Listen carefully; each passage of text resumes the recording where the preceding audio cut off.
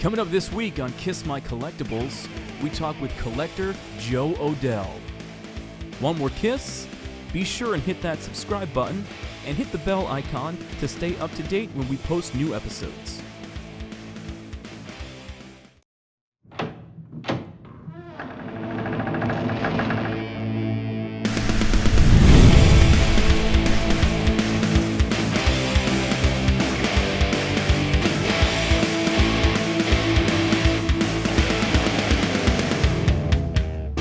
This is Kiss My Collectibles podcast, but you knew that. Hello, everyone. Welcome to the next episode of Kiss My Collectibles, your source for vinyl, toys, bootlegs, and more. I am one of your co-hosts, Jason Herndon, and with me, as always, is... Andrew Scampatti. Good to be back. Yes. And joining us all the way from... you're in St. Louis, right, Joe? Right outside, yes, sir. Fellow collector and friend, Joe Odell. Yay. Say hello, Odell. Say hello. Hello, everyone. Hi, Jason. Hi, Andrew. How you doing? Yeah, you know. Hi, whoever you are. Yeah, it's just a moving Nervous. spot. Just who's gonna be here. Nervous. You know. Come on.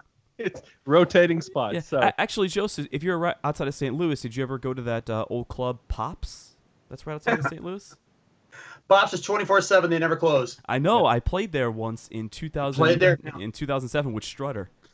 And Might have been there. That's a whole. I don't know if you saw the strip clubs. That's a whole rough thing over there. That's a rough patch. And then we stayed at the Casino Grand right over the border. So we stayed at the Casino Grand, which wasn't any better. So we stayed at the Casino Grand and then played the show. Yeah, Chris, St. Louis, we have the highest murder rate per capita in the United States. So we're awesome. Got it going. What a claim to fame. We got it. Is it more than Camden, New Jersey? Because Camden, New Jersey is pretty bad. Okay, for over 100,000, we are the highest murder rate. If you go under 100,000, East St. Louis blows everything out of the water. It's 1 in 6.7 chance of being in a violent crime per year. So, I'm moving there. That's where Pops was. So, by the way, so. Love it. So, yeah, we got Ferguson, we got all the race riots, whatever you want. So, yeah, that's great.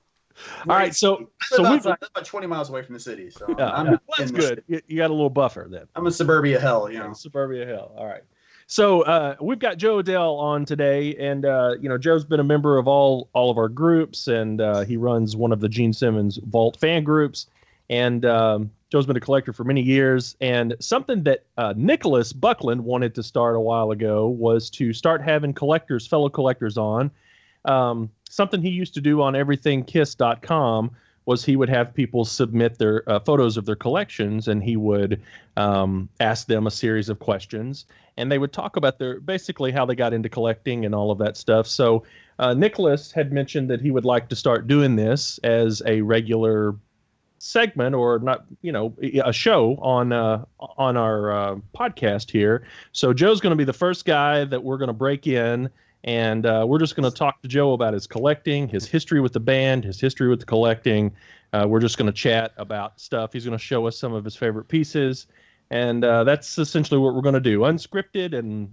Our favorite. Our unscripted, our favorite. So. But also, we got to mention why Nicholas isn't here, because he is working on his book. And there's the cover again.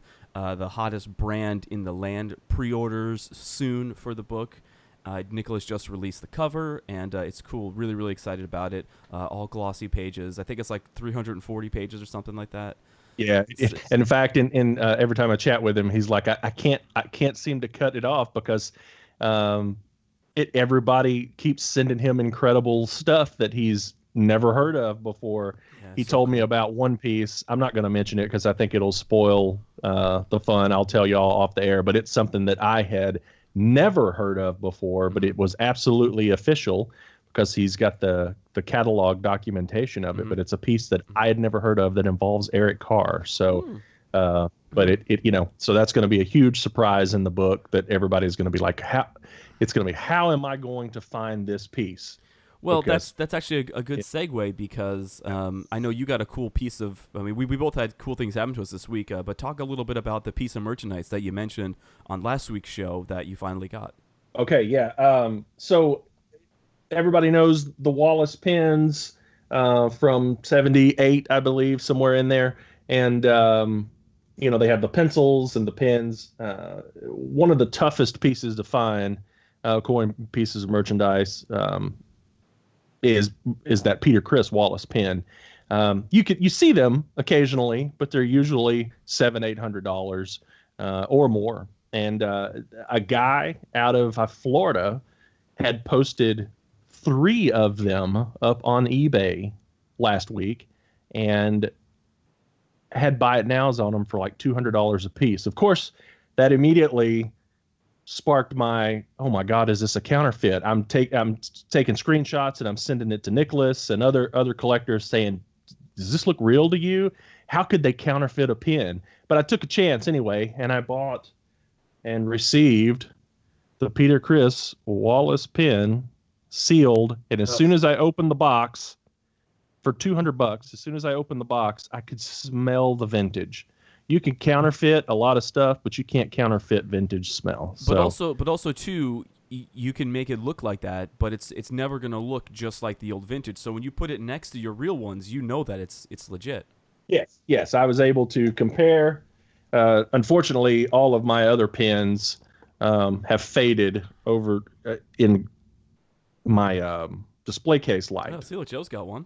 Mine is broken. If you look at it, it's broken a little bit. It is broken a little bit. I can tell it's that. It's kind of broken, and it's by far the other 3. I don't mean to show you up, Jason, but... No, show me all. Yeah, you're not showing me up. I don't care. My other 3. I tried to get them all unpunched a long time ago, like these are. Yeah, this guy had 2 punched and 1 unpunched.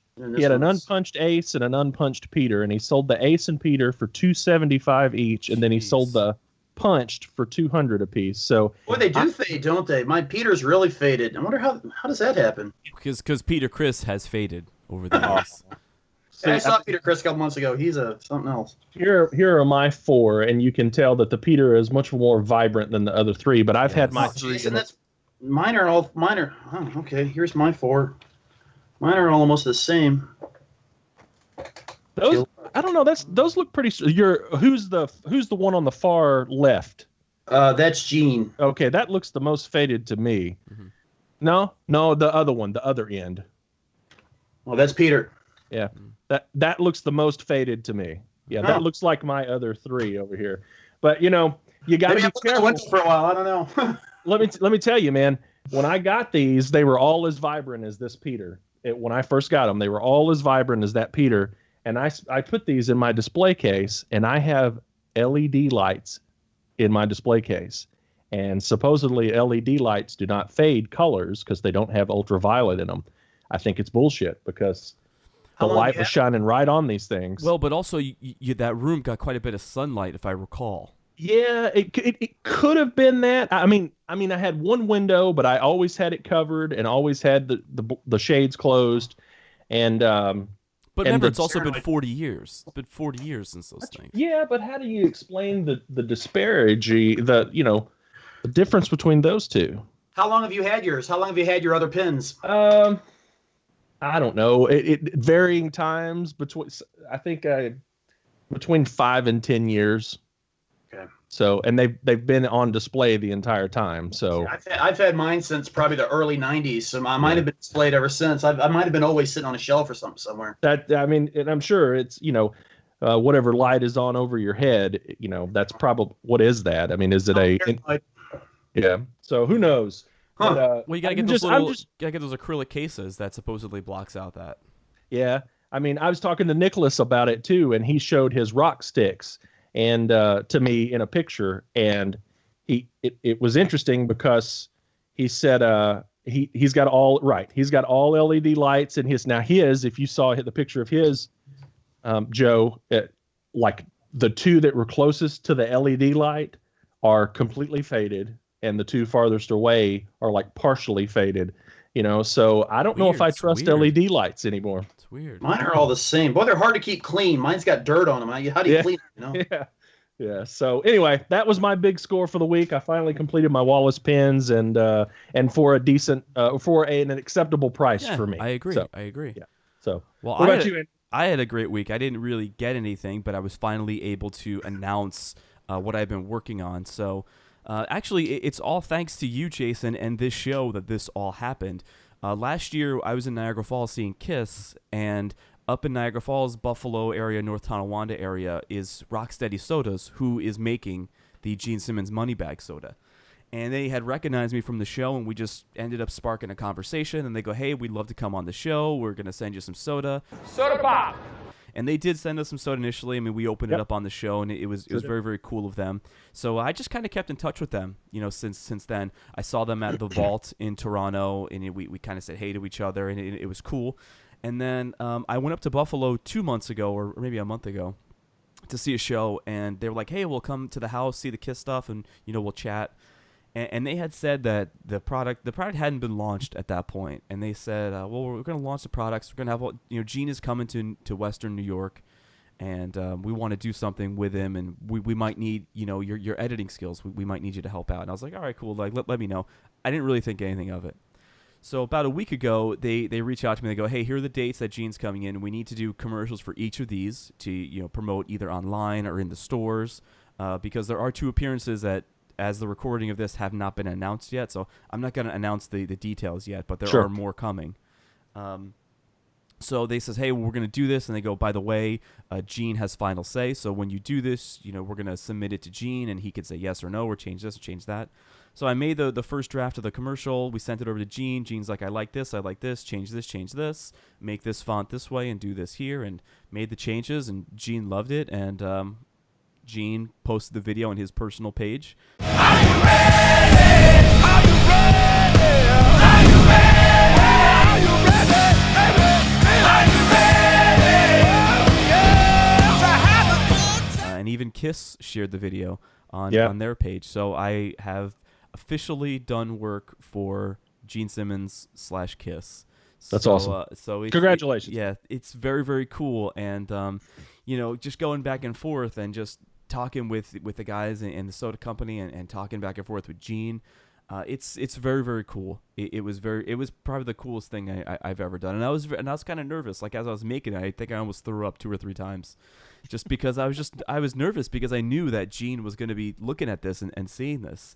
So for me to be able to do that was so cool. Was so cool. So I hope it leads to more work. It's definitely a good thing for the resume, and it's cool. It was one thing when Gene Simmons Soda Pop! Moneybag Soda posted it, but when I saw it actually posted on Gene's page, that was really, really cool, because just to see it on something that I made. For those of you that don't know, I have a little like kitchenette space that wasn't big enough for a table. That's where all my editing equipment is. Something that I sat down and made literally in my kitchen. Being shared on Gene Simmons' page was very, very cool. The best 19 seconds of your life. The best 19 seconds of my life. Yeah. So it was very, very cool. And yes, so I guess this is going to air after that, but I will be seeing Gene this coming Thursday at the 7-Eleven. Awesome. Very cool. All right. Thursday. So before, I thought it was what's the date he's going to be there? Is it Thursday? It's Thursday, yes. Oh, I just said I'm going to be in Niagara Falls on the 20th probably. I missed it. Soda pop! let's move on now, and we want to go ahead and speak to Joe about his history of KISS. Before I do that, though, I do want to apologize yet again that behind me, I mean, these guys have killer backgrounds, and mine is still a mess. This is a custom print from Len D'Alessio, who photographed the band in 1975. Very nice. This is a custom print. And then this shot here was used. You probably can't see it, but this shot here was used for the cover of the Nothing to Lose book. And I actually have a poster of this picture. I have a full size poster that Peter and Len signed for me in 2012. Very cool. It's very cool. Back here on this side, if you can see it, is my custom printed Kiss My Collectibles table banner. It's covering up my old desk. Joe's got us beat with the background. Okay. Yeah, let's get into it. House. You're doing great. Come on. Yeah. I bought a new house. That's right. Everybody knows bought a new house, and I'm lazy, so it takes me forever to solve stuff. No, it's going to be like new when you bring all that stuff out. It's going to be like for the first time again. You're going to be so excited. I agree. So, all right, Joe, let's I'll just start out. Why don't you tell us a brief history of how you got into KISS? Yeah, your brief history. Yeah, your brief history. Paint us a picture. I started liking him in the early 80s, and I bought all the cassettes, I bought all the albums, when those picture discs came out in the late 80s, the European picture discs, were they from Holland? Holland, I correct. ordered those from a place called Simmons Corporation. I was in high school, and they were $30 a piece, which was a lot of money back then. I still have a catalog of them. Yeah, I have my Simmons Records one too. I still have the picture discs too. And I think that was when I technically started collecting. I started buying the Crazy Nights picture disc and the Smashes, Thrashes, and Hits picture disc. No internet back then, so you'd walk into a record store and they would just be there. It's like, wow, Right, look at this. I remember seeing the Crazy Nights picture disc for the first time. It was awesome. It was just amazing. The Smashes, Thrashes, and Hits. You were going through and you saw it and you looked at it. That looks different. You pulled it out. 15 years of history and you had to flip it over and what is this? And Right. you didn't have release dates, and back then you just kind of went to the record store and got what you got. So I started really getting into it in the early 90s. I put some advertisements in all the papers per a fellow collector in Florida, and that's when it just exploded. I put an advertisement, Kiss merchandise wanted, toys, tour books, blah, blah, blah, blah, blah. Call Joe at this number, and my phone rang off the hook. I had probably, at one time, I had 50 Mego dolls. I had 5 pinball machines. Damn. I had a stack of on-tour games. Magic Market cups were local. I don't know how many Magic Market cups. There was So you're the guy I should be buying stuff from now, because you probably still have some doubles. No, I don't do that. I don't hoard. I get rid of everything. I'll talk more about that later. But Yeah, good. so there was a guy named Frank Cariglio, if everybody remembers him. And Very what well. I would do Fat is Frank. yes, I would trade anytime I got. I don't mean to say junk, but I like the high end, really nice condition. So he liked the lower end stuff. So I would trade him. My color forms came from him, and if you look at these are the nicest color forms you're ever going to see. Yeah. Gene signed them. Gene actually signed them and opened them and said, "This is the nicest set of color forms I've ever seen." Did he try to take it from you? I'm sorry? Did he try to take it from you? No, but I would have given it to him if he'd have asked. So what I would do is Frank would call me and say, "Hey, I've got a color form set that's just immaculate," and I would send him, a beat up Paul doll, a beat up man, whatever I had. I didn't care because I paid nothing for the stuff. Right. I'll stand here and show off this rub and play I got from Frank. So I've had this stuff for 25 years. My rub and play. Nice. I don't think these are ever sealed too. So I bought something. I traded a bunch of stuff with Frank in the early 2000s, Gorgeous. maybe like 2001, 2002. And I traded him a bunch of signed inserts for Kiss Alive 4, because you got a signed insert at the in-store in Best Buy in New York City. Right. And I went, so I had a stack, because I traded. He gave me a trash can that looked like he fell on it before he sent it oh to me. yeah. if you see him at the show, that's what he sold. He sold that stuff. He had beat up lunch boxes, and then people would buy them like crazy. People would buy the cheap stuff, which is great. Hey, whatever. So I did my ads. I had all my pinball machines. I sold some of those. I don't hoard. I keep one of everything. And then in the early 2000s, I started collecting awards and more high-end items. And I kind of purged. I got rid of all my cloth stuff. I never did belt buckles. That's when my LPs were all over the place. I keep one sealed. For every album, I have the original sealed one, and then I have the original pressing, open and complete, and that's it. I don't do any foreign stuff anymore. I just don't. There's too much of it. I got rid of my bedspread, my sleeping bag, all my towels. I never did the belt buckles. And I'm just kind of focused now on what That's interesting to me, Joe, because everybody has their thing. Okay, so I know Nicholas Buckland recently. He started purging all of his everything post O'Coin era stuff, and he's only collecting and only displaying O'Coin stuff, and he's striving to get it all, and there's people that do that. And I've been personally kind of considering purging a lot of that 96 on merchandise and just keeping the few choice things that I really liked. But I think it's interesting that you have chosen like India coin stuff to split that up as well. So, you've got the color forms and you've got rub and play and you've got Migos and stuff like that. But you got rid of some of the rarest stuff, your blankets, your all of that stuff. Why did you choose to do that? I went through a phase. If I can't display it, I'm getting rid of it. My sleeping bag was rolled up in my trash can. My beach towels were rolled up in my trash can. My Kiss trash can, of course. And That's where my posters are. That's where mine if are. I don't display it, I don't want it. I don't want to have a room full of stuff you can't see. in the late 80s and early 90s, you bought anything with Kiss. Anything that said Kiss, you didn't really have the choice. Sure. And then once eBay came along and all this came along and you had all these choices, what you were saying about purging 96, I have some post 96 things that I love. Oh, me too. So I just, if I like it, I keep it. Right. If I like it, I keep it. And if I don't display it, if I don't think it's worth, I say as a collector, space is your most important asset. So if I don't want to waste the space on it and I think I'm going to buy this and put it in my storage room, gone. I don't need it. Right. If it's been in my storage room for a year or two, I don't need it. Just get rid of it. It's just taking up space. Well, when I moved, I brought over about 12 to 15 tubs of Kiss stuff that have been in storage for the last 5 years. So should I get rid of all that stuff? Yeah, well, basically, when I come there in December and I start displaying it, I'm just that's my payment. I'm gonna take a couple of choice things that I want. So, I say all the time, collecting makes you happy. If it doesn't make you happy, or if you don't want it, who cares? It's hard to explain. I have things I would never ever get rid of, and I have things that if someone showed me another sealed bedspread, it hung on my wall, and it's, to be honest, the bedspread and the sleeping bag are kind of hokey. Have you ever seen a sleeping bag? Yeah. I have that stuff. Ace looks like he doesn't have any sleeves on. Yeah, in he's artwork. sleeveless. I actually put it on my wall for a while, and I just said I don't want to waste the space on that. I'd rather put something else there. Because I had both of And the it went right back in my trash can. I had both of the beach towels, and I got rid of both. Three. Yeah, There's three. Yeah, There's three. Oh, there's Yes. three. There's Okay, three. so I had Correct. two of the Yeah. I had two of the three, and I got rid of them. I had the Tyvek jacket. That's it's just crazy. for it was never I about have that for Tyvek me. jackets, yeah. Yeah. I just can't imagine not, if you're going to collect some coin stuff, I can't imagine not collecting all of it, because all of it is, super hard to find, especially in great condition. But everybody's different. Well, but Jason, remember, I'm an action figure collector. I know you are. So I know. So for me, I'll never miss a Kiss action figure. I Right. just won't do that, except those silly Psycho Circus ones, because those are just dumb.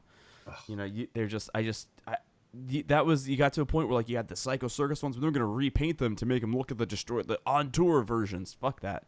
But the original McFarlane ones, got those. The Alive ones, got those. Unmasked ones, or Creatures, whatever you want to call them, got those. Love that. Well, I actually left my Love Gun box set at the Kiss Coffee House on display, so I wouldn't mind purchasing another one of those if I could find a nice one. What about the new ones? I love the Figures toy companies. I've got every one. You of them. definitely do, Joe. I think they're phenomenal. I love them. I think they're incredible. I love them. I love them. I have the Dress to Kill ones, because I didn't like the Mega ones, but now that I keep seeing those boxes, and I know I trashed them on the last show, but I keep looking at them, I go, man, those are cool. I want those. You have to see them open. The Dynasty 12 inches are unbelievable. They look Dynasty so 12 good. inches are unbelievable. They look so good. Destroyer looks good. I've got them all open. They're incredible. The Monster ones, I love the Monster ones. I think they look great. I think there were a few missteps. I don't think those Destroyers were too good. Mm-mm. They look a little hokey. The Alive They look ones. better open. The Alive ones are the best ones. The Alive ones. The Alive and Dress to Kill, because a guy well, by the name of Danny Farrow, he was Yes. doing the head sculpts for them. Correct. So the head sculpts look impeccable on those two lines. But like I say all the time, right now on the website, you can get the first album, Monster, Sonic Boom, and I think they're $30 each for the 12-inch now. People don't realize that. You get the whole set for $120 of those three, and I think they sold out of everything else for that price. Yeah. I think that's the price that they should be. They would sell much more if they were. I think they're a little too expensive. I think they're a little too expensive as well. We had a discussion, and I want to get your opinion on this. We had a discussion last week about how Figure Toys Company is putting out those Mega ones. They're about $60 for the 12-inch ones. But also the Mego Corporation has come back, and the Mego Corporation is going to be putting out 8-inch versions with the Mego stamp for $15 at Target. As a collector, how does that make you feel? Are you going to get them both? Are you going to how does that make you feel as a collector? I have them all, and my completist will probably make me buy them. I have all the 8-inch figures too, still sealed in my laundry room, which makes me crazy, but I can't get rid of them. So I've got them all. I will probably buy them and bitch about it, but I'll buy whatever. I'll buy whatever comes out on CD, just so they keep doing it. You Right. know? Yeah. So it's different. It's not Figure. I thought Figures Toy Company and Mego were kind of the same thing still. Well, Figure Toys Company was producing dolls that looked like Mego dolls. Now the Mego Corporation is back with the Mego emblem, and Yep. they're producing 8-inch only action figures that are Target exclusive. So I thought they were kind of in cahoots with each other. Are they not? I mean, you know what? They I could wouldn't be. I wouldn't be surprised if they are, but they are two different ones. Because Figure Toys Company, I don't believe, and somebody correct me if I'm wrong, I don't believe they have a retail presence. I believe it's only their online store. But the actual Mego I've never seen will them be in a in store. Target. Will be in Target. Yeah, I was at Target a couple nights ago, and I saw the Mego in cap display, and it had Hendrix and all of that stuff that we know. The paws aren't out yet, but Andrew, as an action figure collector, if you do Star Wars or whatever, you know that by now when you go to Walmart or wherever, for $20 you get they call them shampoo figure of all the Star Wars guys, a 12-inch shampoo figure for $20 too. Yeah. So for $60 for what you get, I mean, it seems like a lot of money, but the 12-inch figures, I do the Hot Toys figures also. $60 for a 12-inch figure isn't compared to $240 or $250 I pay for Hot Toys. You're right, because I have a couple of movie Hot Toys. One of my favorite movies is The Crow with Brandon Lee, and I have the Hot Toys. Yes. I have the Hot Toys. I will show you my favorite figure. This was my dream figure for many, many years. He sits right here on my desk. This is from probably my favorite movie of all time. When this happened, I was overjoyed. I bought 2 of them. That guy right there. Do you see him? move it over. There you go. There you go. That's cool. That's killer. That is really, really cool. Commando. That is really, really cool. Looks like he stepped off the movie. Yeah, so I mean, but I'm a huge. I know we're getting off the rails here, but I'm a huge Marvel. I'm a huge Marvel Legends collector. So those are the 6-inch ones. Yeah, they're $20, and you know, I think Hasbro is doing a bang up job on those. I also collect some. I'm not a huge Star Wars figure collector because there's too much. I can't. Yes. I collect some of the Black Series. I collect some of that, but I'm a huge NECA collector because I really love NECA toys. NECA's great. And How they're much are NECAs now? How much is an 8-inch NECA now, or whatever? well NECA is weird. NECA does 7-inch scales. Okay. And a NECA 7-inch scale will run you between $22 and $28. Sure. Which is cool, and they're awesome. I just pre-ordered last night a set of the 1990 Ninja Turtle movie action figures that NECA's putting out. They're GameStop exclusives. So again, those are almost $30 for $60 for a 12-inch figure, fully articulated with clothes. You can argue the price. Yeah, I think that if those 12 because here's the thing. These 1990 Ninja Turtle action figures, they're 7 inches, and Joe, I'll tell you something, they look exactly like they did in the movie. For 7 I've got inch action figures too, of course. Yeah, it's I've been buying those incredible. for years. So my argument is that Figure Toys Company, they are producing figures that look like vintage figures, so they don't have the new paint applications, they don't have double jointed elbows or knees or anything like that. So for me, they look like a lower quality product. So for something like that looks like a lower quality product, like I wouldn't expect the Hot Toys to be $30. The Hot Toys are incredible, and the accessories that the Hot Toys come with are also incredible. Yeah. I don't feel like that same treatment is done with the Figure Toys Company figures. It's just my opinion. The other argument with Figure Toys Company, and this is just personal, the first 3 or 4 series, the Love Gun not so much, the Monster, the Sonic Boom, they're still around. Mm-hmm. Dress to Kill are pretty much gone. Alive are long gone. I just got a 12-inch set of Alive figures, and I paid pretty good for them. Mm-hmm. I got a sealed set and an open set. Destroyer's almost gone, and I think Dynasty is almost. If you look at all the companies, Dynasty's gone. They don't have them anymore, the 12-inch. Mm-hmm. So whatever they're doing, they're selling out of them. I do have to get the Dynasty reaction figures, the 5-inch ones that look like old Kenner Star Wars figures, because I have the Love Gun ones. No. You got those, Joe? Somewhere. No, there's a Dynasty and an Unmasked set. Unmasked, yeah. There's a Dynasty and Unmasked. No, there's a Dynasty one too, and an Unmasked. Those were sold at Target as well? They were mostly they were clearance at Target. They were on places like Entertainment Earth and. Okay, gotcha. Yeah, that's right. All of a sudden, Series 1 showed up at Target for quite cheap. I'm gonna try and look for them right as we're doing the show. I'm gonna try and look for them. Yeah. Look, because I don't have those, and I'd like to grab those too, and I've probably waited too long, and they're probably going to be expensive. So. No, they're not. They're easy. Good. We'll go along here. So there's the 3. Yeah. So the company is Biff Bang Pow. Biff Bang Pow. That's right. Yeah. Biff Bang Pow. Yeah. I thought they were reaction. I mean, you can get them. You could find them. Like I'm on eBay right now. There's a whole set on eBay right now of the Dynasty ones for No, it's not the whole set. It's 3, and it's like the chase figure of Paul for $35. So Peter, okay, good. Peter, Good. Gene, and Paul, and yeah. Interesting. The unmasked ones came in clamshells, and when you open the clamshells, which you're never supposed to do, obviously. But you're doing. Yeah. They're actually loose. There's the card. We can't see, Joe. Hold it. There I'm you go. sorry. There's the card, Oh Right. yeah. and then there's the figure. Oh, interesting.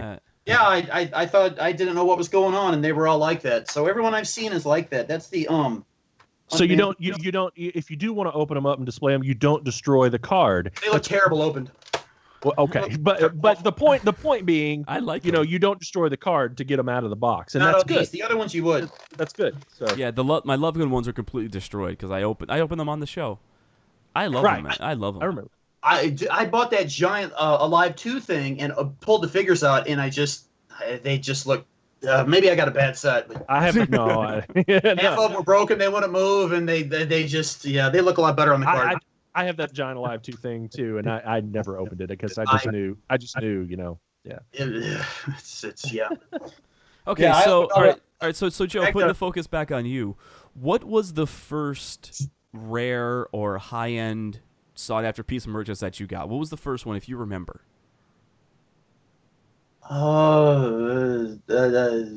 Because like you were saying before, the cassettes, the vinyl, that's easy stuff to get. Like, what was the first thing that you had to go back and look for and get, and that you were? I bought this in 1990, I think, from a store.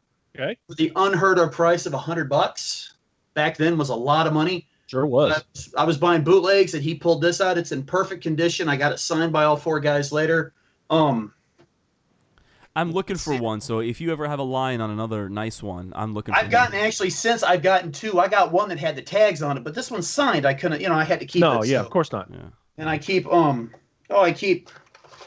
these are my bank lock boxes, so I keep those in my lunchbox. I store things in it, so the thermos is perfect. It's still wrapped up, and you can't see. Okay, no, you got to move over. You got to move over. I know. No, So- the other way. There you go. Keep going. Keep going. There you There go. you Perfect. go. Right there. Perfect. You'll see my we keep some things in there, so Yeah. important documents. Important documents. That was probably the first thing I probably now you've got me thinking. Because back then there was no eBay. You would go to your record store or whatever and Right. see what they would have. I remember walking into a record store in Nashville called Phonolux in probably 1991 or 92, and they had the radio, the coin little radio, just sitting on a shelf. I don't remember how much it was, but I bought it. I had to have it. I was 15 maybe or something like Sure. that. So it I was with my buddy. Last I week. was with my buddy Danny Dabbs. Danny Dabbs. Had to buy it. And We've all got stories. My story, one of my best stories is this: there was a local shop not far from me that opened. It was a guy who worked at record stores for years. That's where I got all my promos. I've got my Lick It Up, Animalize Asylum, Crazy Nights. I've got perfect promo albums. I bought it from there. But he also, in a display case, had the Love Gun ruler, the 12-inch promo ruler. I didn't know what it was. It looked like a bootleg item. It didn't look real. It was for $20. It sat there for 6 months before somebody besides me bought it. I didn't know what it Unreal. was. Absolutely I didn't know impossible what it to was. find. Impossible. I walked into. I used to on my day off in the early '90s. I used to go. There was record stores all through St. Louis, and I was the Kiss guy. They would call me if they got something, but I still once a week I would go to every single record store. Hey, what's going on? Hey, Joe, you got any Kiss stuff? man. And I remember one time they pulled out a set of solo albums, an original with the easels on them. He goes, I guess someone cut these. He goes, did someone? We're looking at him. I was like, what the hell? He threw them in the damage pile. We didn't know what they were. I didn't. Who Wow. would you ask back then? Because the only one I own of that is Peter. Yeah, Yeah. no, he had all 4. He had with the inserts in it because I think he took the inserts out and put them in different solo albums because he asked me and I said I've never seen them. I don't know. And then the originals, wasn't it those 4 in the originals? Correct. Yes. So we had the originals too, and I remember we were looking at it and we were like, I guess someone took a knife and really nicely cut it up. We didn't know. No. The internet changed everything. They're die cut. Yeah. I cannot stress enough how the internet having eBay changed the whole game. It just changed everything. Absolutely. I remember when I Everything. started college in Murfreesboro, Tennessee, at Middle Tennessee State University in 1994. I started going into this record store called Digital Planet, and they had a couple of guys in there, old school guys, and I used to go in there and ask them, hey, what Kiss stuff do you have? And I would I had a buddy of mine that I met at college who was also a big Kiss fan and Kiss collector. And we'd go around once a week. We'd leave Murfreesboro and we'd go to Digital Planet, and there was another record store in town. And then we would go to drive on to Nashville, which is, 30 minutes away. And we'd go to, the two Great Escapes and Phonolux and any other little record stores we had just to see what Kiss stuff was landing in there at the time. And it got to the point to where this old guy named Jim in Digital Planet had taken my name and number, and I was known as the Kiss guy because I always, and I got so many people that would call me, hey, I got your number from Jim at Digital Planet. I was looking at trading some stuff, or I wanted to sell some stuff, or I'm trying to find some bootlegs. I got so many of my bootlegs back then, trading guys. Because of Jim at Digital Planet. I hope that guy's still alive. He was a crazy dude. But he was nice. I loved that guy. But anyway. And back when I had my ads out, you might get 6 garbage calls and then you get 1 great call. So you just, it was just a numbers game. And you'd get a call from some nut job and somebody. And then I had a guy call me. He had a little plastic record player. You never know what the next call was or when you go in the next store. And it just there wasn't a lot of competition back then, and it was just. It was harder, but it was easier. The problem now is everybody thinks they have this golden rare item, and they want to charge you what they think they saw it for. They go, right. Well, it's on eBay for this much, and I'm like, well, you really gotta look at the completed auctions to see what it actually went for. Sure. People don't do that, and that's. I mean, I've been on eBay since 1999. Or probably 99. 99. That's my date on my. Yeah, I've been on there since 1999. So I was on eBay, and what I used to do back in the day is I would look on eBay, and I would find stuff, and then I would go to the KISS convention every year and look. You guys, I was really fortunate that I lived by those Rothman Center conventions. You really were. I went every April, man. There are videos on YouTube where you can see all this stuff, and it was magical. It was magical. It was a college gymnasium full of people and KISS stuff. Yeah. I remember Danny, who's got about 7 or 8 years on me, and I'm in my early 40s, and I think he might have just turned 50.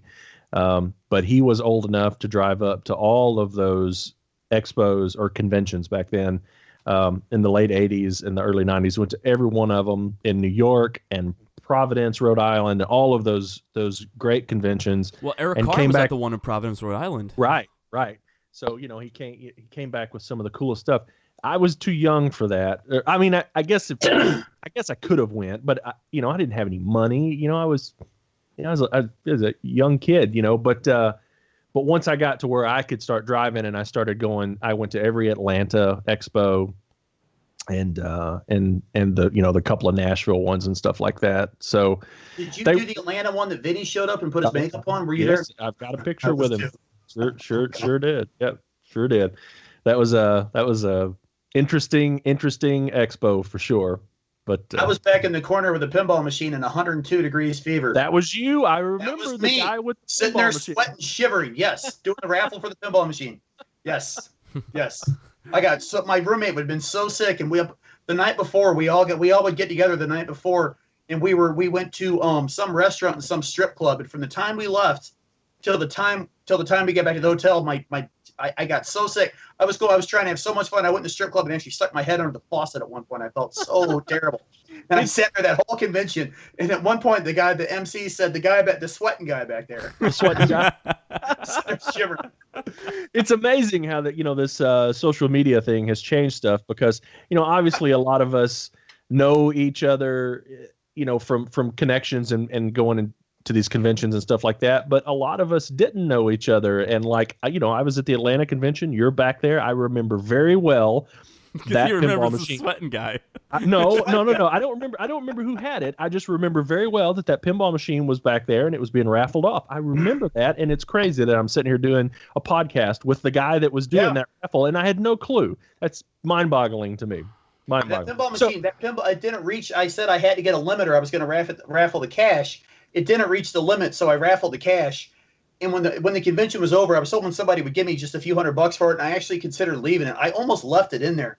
I almost left it in that room thinking someone would. I was so sick.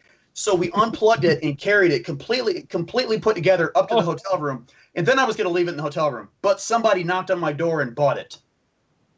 And the guy, the guy that bought it, he was in Atlanta. I'll stay here and ramble forever. He was a local Atlanta guy. And he said, you said earlier today you'd bring it to my house and set it up. I was like, oh, my God. I said, all right, where do you live? It was only like 10 minutes away. So me and my buddy drove it to this guy's house. And was it Martin Alvarez? Maybe it was. So I go to this guy's house, and it's this giant house. And he had stacks of Magic Market cups. And he goes, check this out. He already had a pinball machine. He had a gorgeous pinball machine. He goes in his closet and pulled out an unused playfield for the Kiss machine. He goes, what do you think of this? I was like, where in the hell did you get this stuff, man?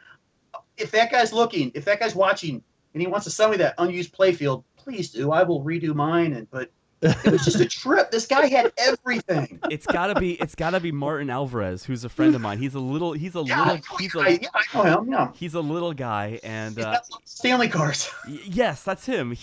So I stayed at his house in Atlanta in January, and just the stuff that he was showing me was incredible. Maybe it was. I didn't realize he lived in Atlanta. Get him on the show, Andrew. I'll get him on the show. Wow. His wife was a hairdresser because she did all that's him. That's him. Was it really? Yeah. That's crazy. Isn't it? See, he still got that playfield. I want to lacquer it and put it in my machine. Wow, small world, man. It's amazing how you bump into these people later on. So that's what I'm talking about, man. It's crazy how you knew Gary Kahn that ran the Nashville. Oh, very well. Yeah, I know Gary. I'm personal friends with Gary. That's one thing I keep is all those fan mags I have. I love them. Firehouse and what was it? Kissaholics. Kissaholics is what Gary. Kissaholics and all those other ones. Love them. Love them. Yeah, he's in Nashville and he actually has a booth. He sells records and stuff in a flea market up here in Nashville. But yeah, I've known Gary for many, many, many years, and my Danny Dabbs had been in that Kissaholics magazine, and I think Danny sold his pinball machine when Danny was purging and selling all of his stuff in the mid '90s.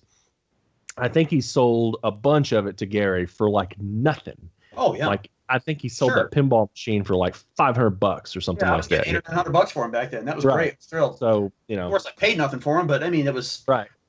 That's now it's $3,000 to $5,000 no matter what. So we had some rough times at those Nashville conventions. Boy, those were always the rough ones. I don't know. I had a rough drive back on a couple of those. Karabi went to a couple of those, didn't he? Karabi show up? Yeah, Bruce and Karabi was the one at the Armory. They played and stuff, and Todd and John Reagan were there at Nashville at the Armory. Yes. That's the one where we stayed. That we all stayed at the hotel with the Waffle House in the parking lot. Right. That's right. That was the first expo when I did my first purge and sold my original Kiss collection to Peter Arquette. That was I sold it to Peter on New Year's Day of 99, I think. That would be 99. That was when Union was getting 99, 2000. Yeah. And then I think the expo was just a couple of months after that, and of course Peter Arquette has a booth, and here's all of my shit behind it that he's got for sale. There I am in major regret, going, Peter, I can't believe I sold all my stuff to you, and he's like, I'm sorry, Jason. You wanted to get rid of it, so. I wish I'd have never done that. So I had a friend quite a few years ago that did the same thing. He called me and he was selling his collection. He needed some money, and he offered it for hardly anything. And I said, "You're my friend. I don't want to do this." And he said, "If you don't buy it, I'm going to call somebody else." He said, "It's that easy. Take it or leave it." And I just okay. And it was 3 carloads and a truckload full of stuff. Wow. Jesus. That's where I got my 12-inch figures or my 2-foot figures from. Came from that guy, and I mean it was just ridiculous. Yeah. But it's. What are you going to do? No, you're not. Yeah. It better come to you than to somebody, Yeah, I felt bad for the guy, and he said he needed cash, and it was a lot of money, but still, for what he gave me, it was. I have not seen that guy since. I think he fell off the face of the earth. I don't know. Yeah. So let's. What are some of your favorite items that you currently have? Because then I want to go. Then I want to turn the page and go to the favorite items that you don't have. But what are the favorite items that you do have? My 3 favorite vintage items have not changed in 30 years: the trash can, the dolls, and the lunchbox. Period. Okay. Those are my favorites. Any particular reason why those items? Because when he gets sick of him, he could throw the lunchbox and the dolls in the trash can. And then you Throw it go all right in the there. trash can. Yeah, it all goes together. I just think they pop the most. They look the best. It's a great question. I've always liked figures, probably for the 12-inch. I like the boxes. I got tired of some of the stuff. It's an odd thing. I got tired of them using the same picture on the radio, on the color forms. A lot of the stuff when you put it together kind of mesh together. The doll boxes really stand out. The lunchbox always stands out. The trash can, I just love them. I think they look great. And so in your collection, so you those three items are your favorite vintage items or just your favorite items in general? And the reason why I'm asking is, do you favor those items more than you favor any of those awards behind you? No. Yeah. I have certain things that you'd slice my wrist before you'd have to take from me. No. Okay, so what's your top two or three of your favorite items in your entire collection? In my collection, probably my favorite item is my fuck shirt that Paul wore all through Revenge. Just because Revenge was such a great time for me. It was seeing Paul with that fuck shirt on in the Unholy video. He wore it at the show I went to in St. Louis. It's beat to hell. I won it in the Kiss auction. I was going to ask you how you obtained it. I got it in the Kiss auction. I got the one of the first times I met them was in Keishi for the convention. Keishi is our local radio station, and Paul had a really cool black vest on with these fringes. I can show it. He did some posters in '95 for his Ibanez of him standing sideways, holding the guitar. I got that vest too. That's pretty cool. My broken guitar that Paul busted in '96 and walked over and said, "Hold on," and put it right in my hands and then signed later. Those are unreplaceable. You can always replace a set of box dolls. I've got some other costume pieces I like a lot. I think as a collector you evolve from the set of box dolls to the things like that. Of course you do. Yeah. And I always say my favorite things now are the personal things. I love when I get something from the cruise or I've got a few posters from concerts I went to. I actually just recently found a local poster. I bought it from a guy in Europe. I saw Kiss in '98 and saw Alice Cooper a week later, and he had a concert. He had a poster. I guess it hung in the box office. I don't know. I found one of those posters. It came from Europe, and I just love it. I had Alice Cooper sign it last year, and he actually asked about it. It's pretty cool. Oh, looking around. Yeah, he's literally like, man, look at all these gold records back here. I put it on your side about the awards I bought from a coin. So my gold destroyer made out to a coin I finally got signed by all four guys this year. That one's pretty cool. That's incredible. Yeah. It's and incredible. I bought those awards from a coin. A friend of mine got first pick, so he picked Alive and Dressed to Kill. I got second, so I bought both destroyers. What did I buy? No, I'm sorry. I got Dressed to Kill and both destroyers. He got Kiss, Hotter Than Hell, and Alive. So I got both destroyers, Dressed to Kill, Double Platinum, and Dynasty from a coin. And those are Bill's actual. The guy was something else. He was awesome. He was something else dealing with that guy. He would show up at the conventions afterwards with his awards. Yeah. He was trying to sell a solo album, Gold and Platinum, is a package of 8. Somebody bought it. I don't remember who, but they were expensive from him. Jeez. So as Andrew said, let's move on. So you've obviously evolved and you've owned and gotten rid of a lot of stuff, but is there anything that you're currently searching for that you would like to add to your collection that you can specifically pinpoint? I would like a real Revenge award, not a reproduced one, not one made to somebody that's made over and over, if you know what I'm talking about. I would like to find a real one from that era. Oh, I don't know. Whatever I like, whatever I see that. What's the last thing I bought? I don't know. Well, a Revenge award. I mean, that's a good, that's a good answer, and I'm sure probably tough to find because it's not like that record. Yeah. So, who knows? And any other cool award I like to buy. You just never know what'll pop up. They're tough now because they fake them so much. There's and not to reproduce them, but actually fake awards. It's so easy to fake an award. Right. It's so easy to fake an award right now. So it's really kind of left a bad taste in my mouth. The whole fake things. We've talked a lot about that. That's another reason I'm at the point now where some of this stuff I think you could fake so easily, and I There was a guy in the 2000s that was faking the rub and plays and the color forms, and they look pretty good.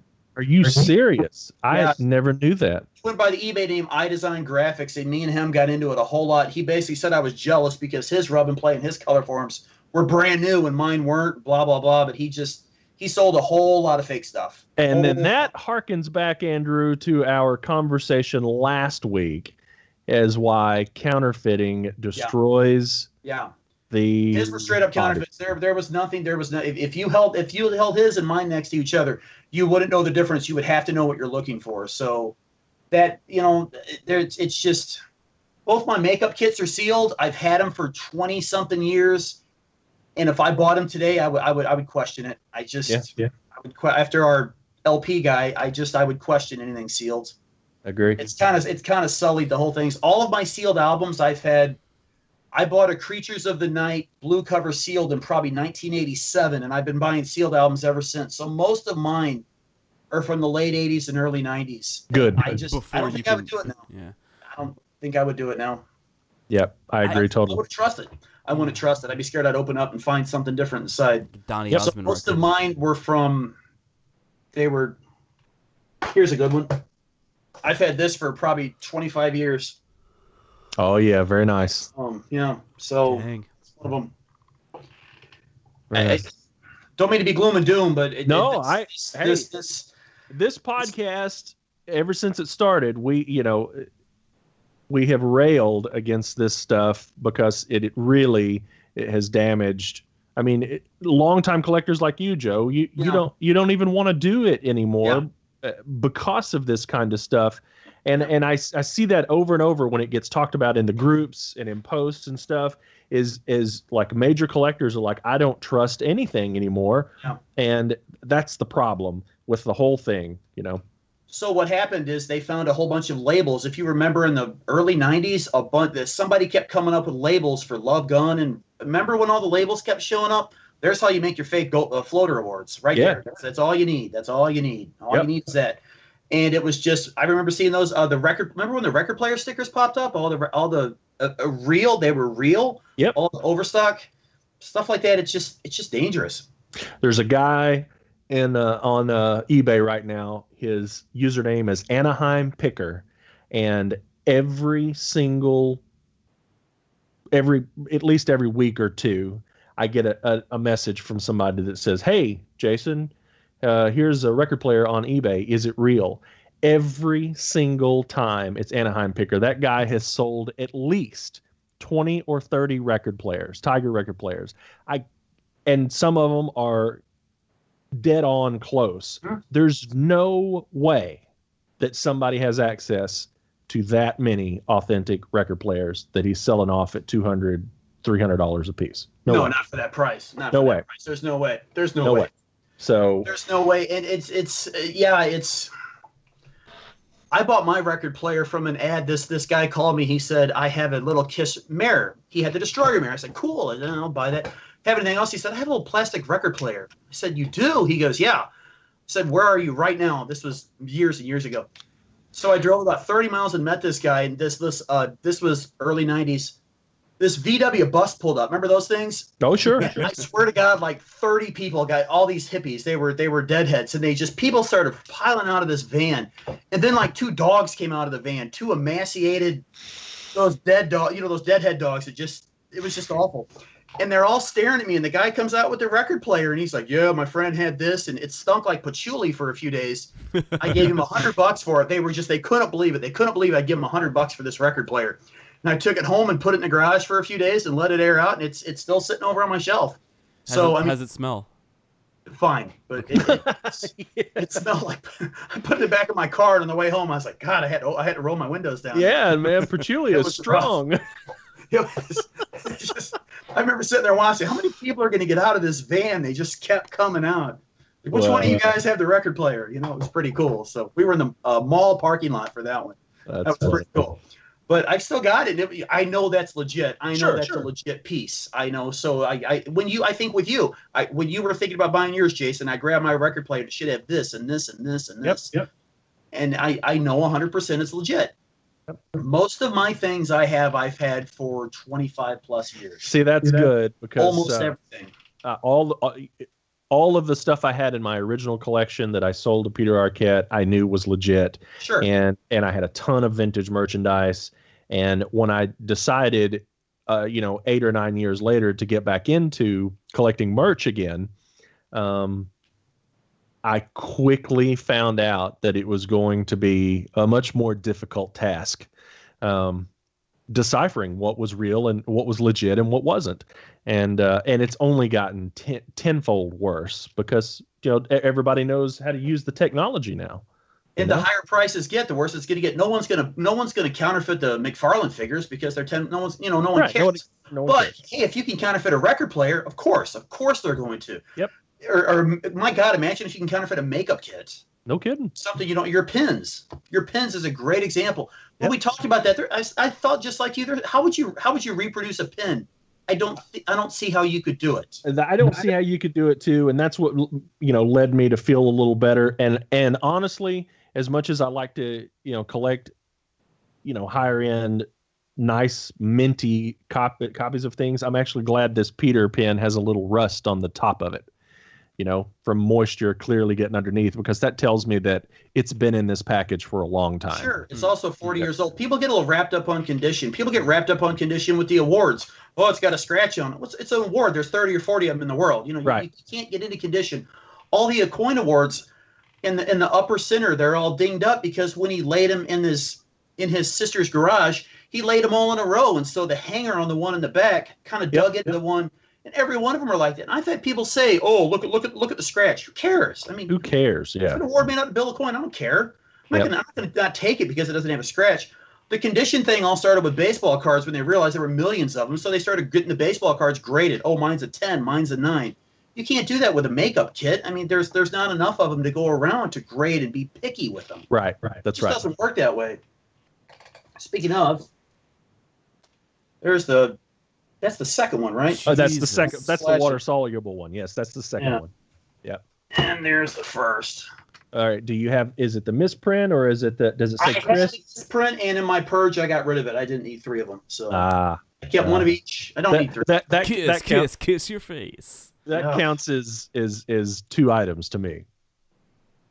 It's arguable. At one point I had all the Love Gun tour books. I had 4 of them with the different pressing. It was too minor. I came up with this rule of differences, what I needed and what I didn't need. I don't know. That was too minor for me to keep 4 tour books. I've got 2 different Dynasty tour books. I know that still. Are there 4 Love Gun tour books? Because there was a point. point. One says double platinum. One says Alive 2. One has a different album in the back.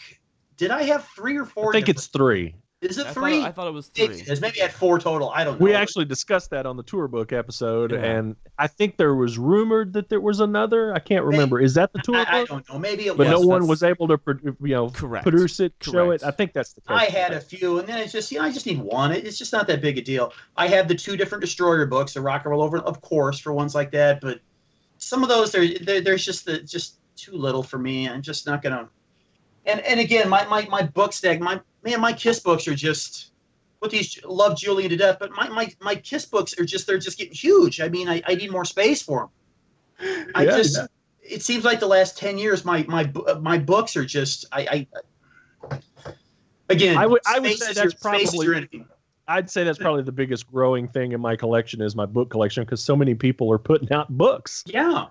And they're all great. You can't get rid of any of them. You can't think, you just can't do it. You can't do it. Yeah. What did I just get? What was the one the guy in Europe put out? The guy Kiss from Classified.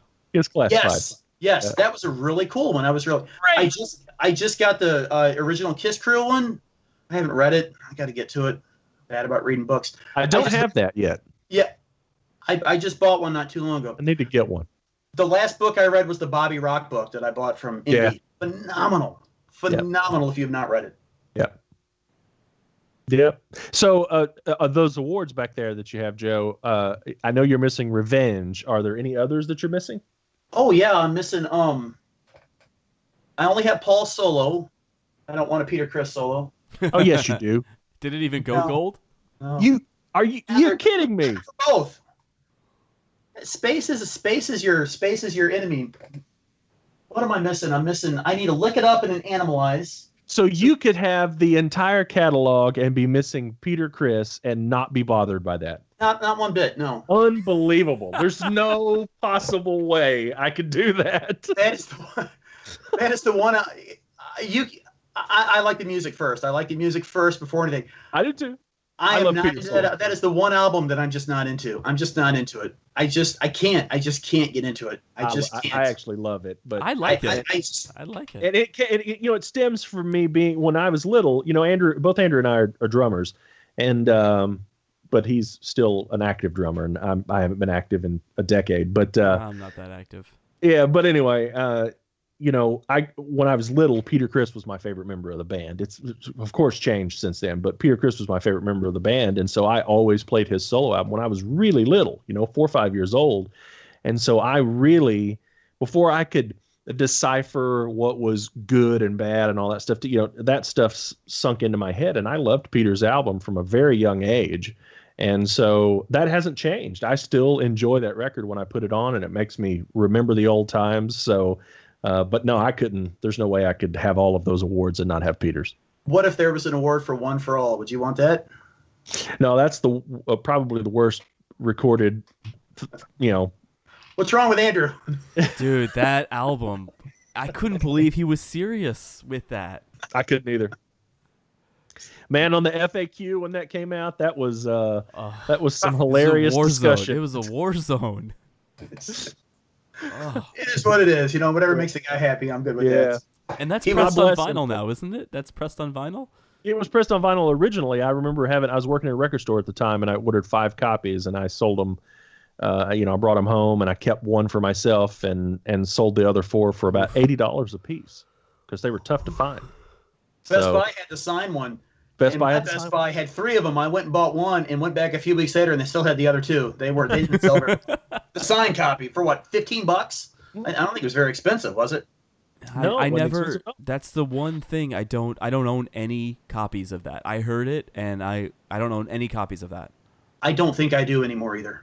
I think somebody offered me money for my autograph one. It can go. I still have the vinyl, and I still have you know, a copy on CD, but it hasn't. What's a CD? Yeah, shut up. Isn't that amazing? I still buy CDs. CDs. You know what? For a really long time, I wasn't buying any physical products.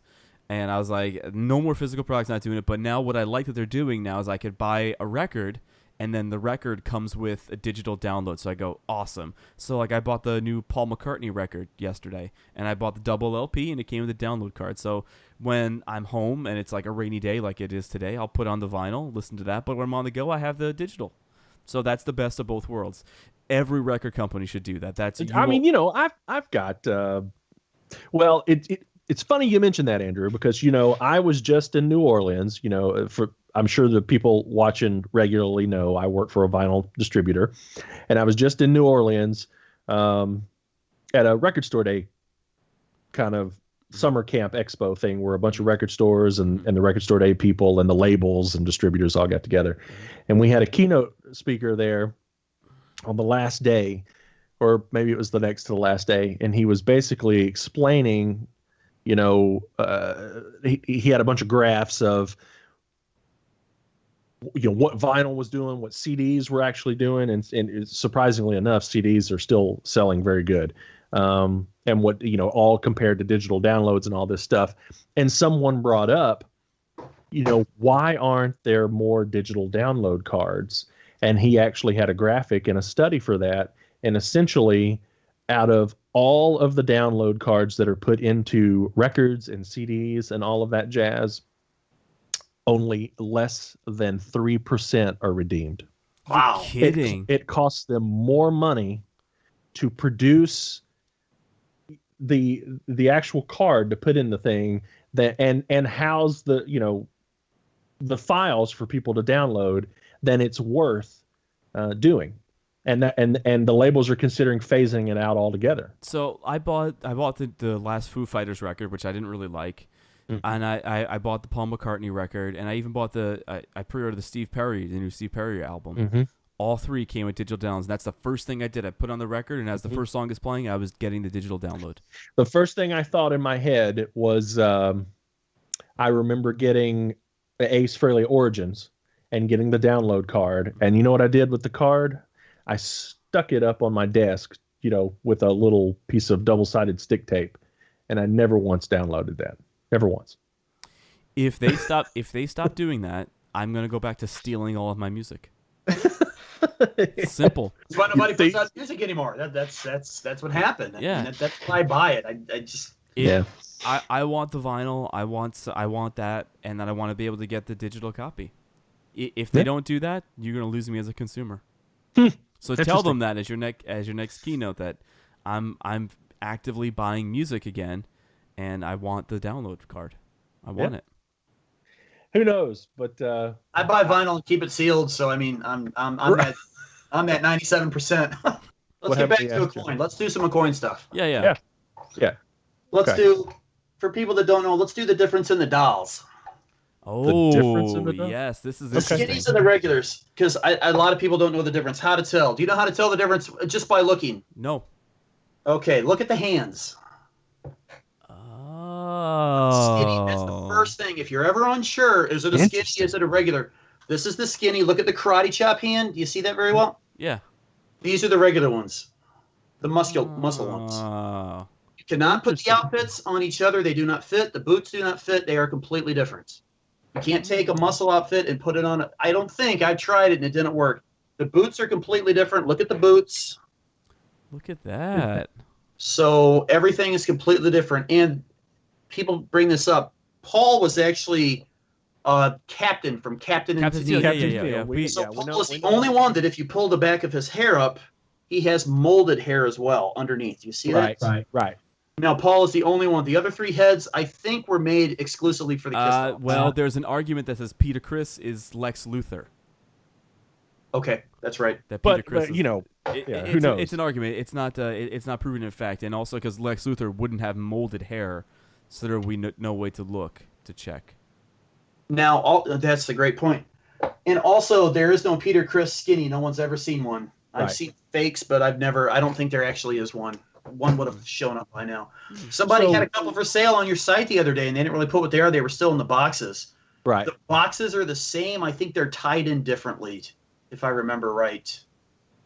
I think the ties are in different spots. I've seen them both sealed. I've got a sealed set of muscles, but I don't have a sealed set of skinnies. Interesting. So, does anyone know, or maybe I just don't know, but does anyone know why there was a different run like that? What I've always heard was they made the 3 skinnies and they saw them and wanted the muscle bodies. They didn't like. Again, if you look, so the muscles. I mean, obviously these were the second ones. These have the elbows. Can you see that? These have real nice elbows, and they move and do all this stuff. Now the skinnies,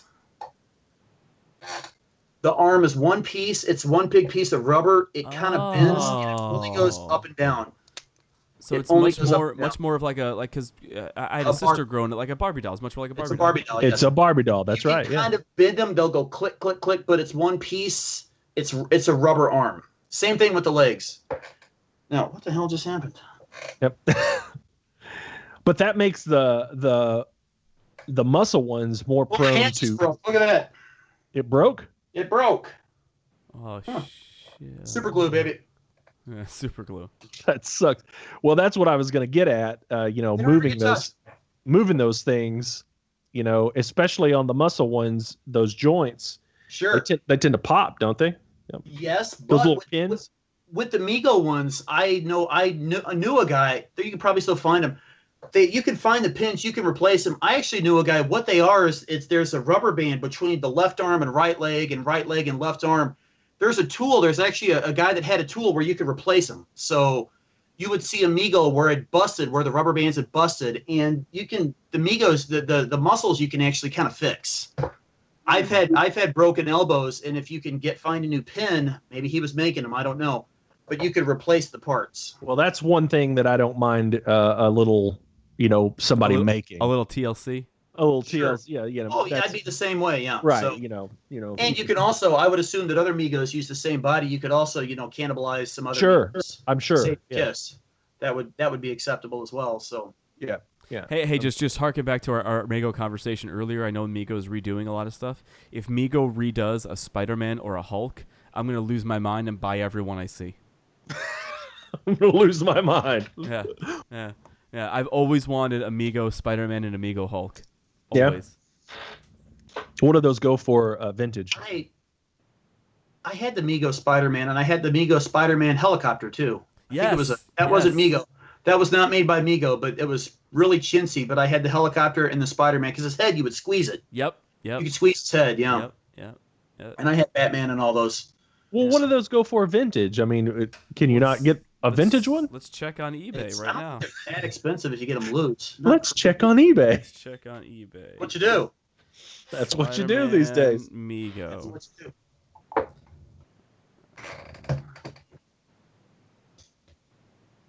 Well, a sealed one, it goes for $250. Huh. And one that looks like his clothes is melting off goes for $62. Oh, yeah. Here's the big difference in Kiss and, say, Star Wars and most other things. And this is what you have to realize. When it comes to Star Wars, the figures go for a fortune. But a Star Wars bedspread, a Star Wars trash can, even vintage, don't sell for much. Get on eBay and look how much a Star Wars trash can or Star Wars bedspreads or all the Kiss stuff that we collect. Look how much a Star Wars or other things go for. So sometimes what happens is you'll go to these toy shows and they'll have a Kiss trash can sit next to a Star Wars or whatever trash can, and they don't understand the Kiss trash can can be worth hundreds to a Kiss collector. They just look at it as another trash can. I'm looking at some of my stuff. Most color forms, most rub and plays, most Viewmasters don't go for much money. Right. Whereas the Kiss ones go astronomical. What was the thing? The Showbeam cartridge. Look at the Showbeam cartridge. Most Showbeam cartridges go for $10 or $20 at the most. Yep. The Kiss one goes for a fortune. So, especially back then, again, I go back to the old days, but people didn't realize the Kiss stuff would go for a lot more. Pinball machines the same way. A pinball machine, what came out the same year? Playboy, Kiss. The Kiss one goes for far more than all the other ones. And there Dolly were more Parton, Kiss maybe? machines. Same, close to the same area. Ted Nugent, something like that. There was. Isn't the Kiss one is the first 4-player pinball machine that was ever produced? It's the first 4-player digital that had digital scoring. Up to that, they were all the real ones, the EM machines, the electromagnetic machine. And most people don't realize they made 19,000 of those. Exactly. However, now they clear coat pinball playfields. I've got the new Kiss machine. The playfield is clear coated over and over. It will never wear. Those old Kiss machines were made to kind of die off. So the playfields, always look at the playfields around the lights. They're always all speckled, and they weren't made to last. You can change yours to LED now, which really, really helps, but the heat would cause the paint to just flake off. I've had quite a few machines, and they just... there used to be, when I used to do pinball machines, there were a few places around, and each place had a couple, there were pinball junkyards, and they had a couple Kiss ones, and you could go pull parts off it, because they were just so trash, they weren't even worth saving. Take the back glass off, and when you needed parts. Kiss also had it was an auxiliary lamp driver that I think was exclusive to that machine, and Kiss had a really unique power supply because it had so many more lights. So the power supply was a lot bigger and had to come off another Kiss machine. So there's some parts internally on Kiss. I think they reproduce them now. I think you can find them now. I believe that's correct, yeah. Yeah, I think but back then I needed a power supply. It took me a couple of years to find one. I had a machine that was perfect. I needed a power supply, and I remember I couldn't find one for a while. I did find one, but it was kind of tough. And if you ever need a back glass or something, you're just out of luck. If you would ever find an old Kiss pinball machine that looked beautiful, that had no electronics in it, no problem. If you ever, people say, I found a machine, it's missing the back glass, it's missing the playfield. It's not, those are the big things to look for. Yeah. Playfield and the back glass are the two big. Everything else can be replaced. Yeah, I've seen several fans that always get those back glasses signed by members of the band, and I'm like, I would never want to transport that to anything. We transported Danny's to Indy, and we wrapped it up very good, and it was not comfortable to carry and get Ace to sign, but it's beautiful. It's absolutely beautiful. So those are screen printed on the back. It's a big piece Correct. of glass. So if You can do whatever you want at the front. You can throw water on, it's not gonna hurt. But the back, Correct. you can take your finger and scratch it right off. Yeah. So yes, it's terrifying taking those things off. Yeah. I got I actually got my new one. I got the modern Stern one signed by Ace Paul and Gene. I was gonna have Peter sign it, but I don't really think it's him on there. I think it's a hybrid Peter Eric. So Yeah. I didn't want to ask It's Peter. definitely a hybrid Peter Eric. You didn't think that was Tommy either? I think it's Ace. You think it's Ace? It's interesting. Yeah, it's interesting. Well, signed by Ace. Well, Peter never that did Ace this cared, move. but- Like Eric's always like, Yeah, Peter. Peter got a little upset when I handed him things to sign with Vinny on it. So I figured if he would see that back glass that it was Eric, I thought that might put him more. Right, absolutely. So, do you have the LE? Do you have the limited edition version of the new pinball, or I which bought version? the premium one. I bought the medium one. I didn't buy the low end. I didn't buy the high end. I bought the premium one. It's the same play field. Only difference is it doesn't have the red rails, which I didn't really care about. And it's not numbered. I don't care about it. I don't care if it's numbered or whatever. So, yeah. You have to buy the topper on. The topper on these machines is the best The part. topper is the best part. The See, topper is the best part. I know I mention Danny all the time, but Danny has Every both time of I see them. somebody with a machine, do you have a topper? Oh no, you spent $6,000 on the machine. Spend $300 on the topper. It's the best part of the machine by far. I agree, man. Turn your lights off and let that thing go. It's the coolest thing ever by far. It is the best part of the machine. Danny's got a sub hooked up to his, and it just rumbles when we play it. I love it. Yeah, there's Absolutely. supposed to be a big code update coming up for it soon. They're hoping by the end of the year that they're saying it'll make it. If Really, you're I familiar- thought they were done doing them. Oh no, Aerosmith just got a huge update this past week, and they say it's like a different game. And supposedly Kiss, they've said this for a year now, but supposedly the Kiss update. If you notice, there's the cities don't do anything. There's some lights on the playfield that don't do anything. That's all supposed to be. It took Walking Dead 3 or 4 years before it was finally completed. The pinball machine. So that's common with these machines. I've played the new one several times, but the coolest part is I got to play the Kiss pinball machine as I was waiting to go meet Gene for the vault. I mean, I thought that was cool. Yeah. I thought that was cool as hell. Really. I offered to bring mine to the St. Louis vault. They didn't have room for it. I thought it'd be kind of fun. So yeah, that's killer. I can take it apart, put it together pretty easy. So it's Well, I'm sure we could chat for another hour or two, Joe, but the viewers kind of, we got to cut it off at a certain point in time. So as soon as I start talking, the viewers they just drop. They just drop off. I agree. Yeah. So, do you have any parting thoughts, man? Anything you want to say? Anything we've left off? No, I don't think so. Dude, I thoroughly enjoyed it. You're a wealth of information about man. collecting, and your collection is incredible. And Sir? we may have to have you back on and do a part 2 and talk about other stuff. I would love to. I feel like we didn't talk about the coin stuff that much. It's good, man. I mean, we gotta save some stuff. I think it was well balanced across the, Well, I the tell you whole what, I couldn't find. I was going to find my Billy Idol albums, and I was going to say, how about this? And I was going to hold up my Rebel Yell and my Billy Idol album because technically those are coin collectibles too, correct? Right. If you're collecting a coin, that's absolutely a coin collectibles. Mm-hmm. Yeah, absolutely. So, Andrew, you got any parting thoughts? Anything? No, I'm good. All right. So, I want to thank Joe for coming on, getting man. up this morning on Sunday and hanging out with Andrew and I. And It's rough. Rough. And if that's it, we will see you guys on the next one. See ya.